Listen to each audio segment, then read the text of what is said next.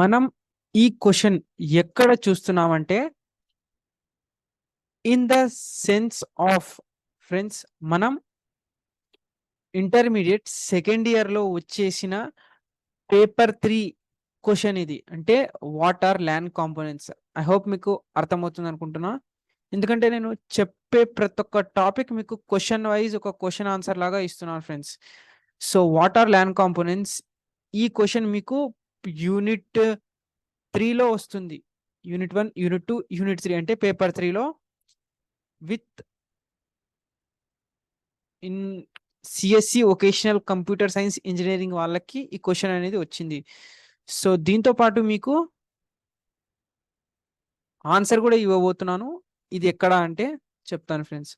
So LAN components అనేది మనం నేర్చుకోవాల్సిన యూనిట్ 3 యొక్క లెసన్. ఈ రోజు నుంచి మనం డైలీ దీనికి ఒక 10 క్వశ్చన్స్, ఒక 8 క్వశ్చన్స్ ఉన్నాయి ఫ్రెండ్స్.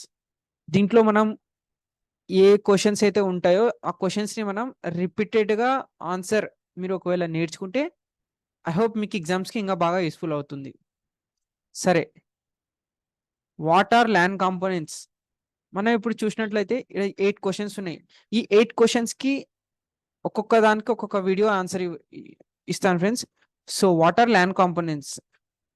ల్యాన్ కాంపోనెంట్స్ అంటే LAN components are cable.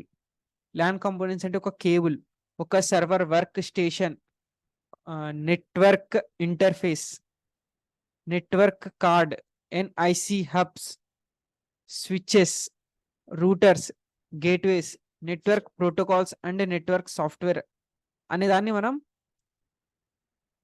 LAN components అని అంటాం.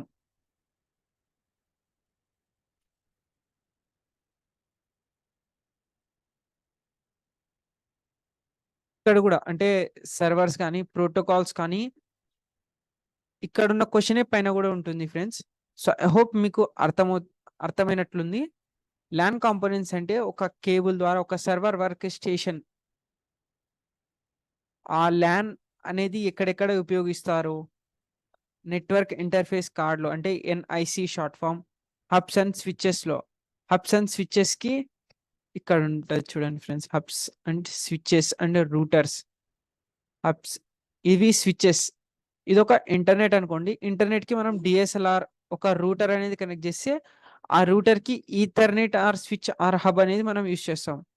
అంటే ఎక్కడో నెట్వర్క్ ఉంది, ఎక్కడో రూటర్ ఉంది. ఆ రూటర్ నుంచి మనకు వచ్చే నెట్ కేబుల్ డేటాని మనం స్విచెస్ లాగా యూజ్ చేసుకుంటాం. దాన్ని హబ్ అని కూడా అంటాం. ఒక హబ్ అంటే ఒక కాంపోనెంట్. దాంతో మనం చాలా రకాలుగా సిస్టమ్స్ని మనం యాక్సెస్ చేయొచ్చు నెట్ ద్వారా. ఐ హోప్ మీకు అర్థమవుతున్నట్టుంది. నెక్స్ట్ వీడియోలో మళ్ళీ కలుద్దాం. Until then, bye bye.